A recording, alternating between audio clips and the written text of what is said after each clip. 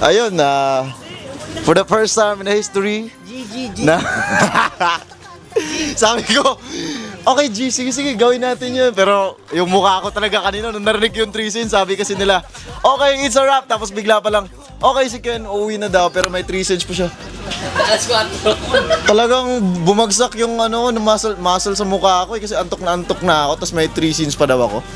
Tapos parang, wala naman akong nakita ganun sa akala ko last na yun. You got me good. Na-mind games ako, na-mind games. Ayun, sobrang saya ng shoot namin. One of my, parang highlights this year, this shoot, yung music video namin.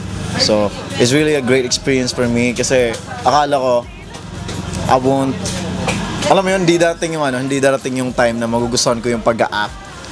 But I realized na something parang, it's a deeper art pala. Parang, na-realize ko na talagang, parang, unexplainable but parang magugustuhan ko. I thought di ko siya magugustuhan pero nagustuhan ko siya nung na-try ko ngayon ng ganitong level ng acting. I hope na naibigay ko yung best ko sa pag-act. I hope na hindi ako awkward tingnan sa camera. So that's what that's what I hope. Sana satisfied yung lahat ng manonood and sana i-enjoy nyo lang yung umaaligid na kanta namin. So ayun, enjoy the song and enjoy the music video and have fun.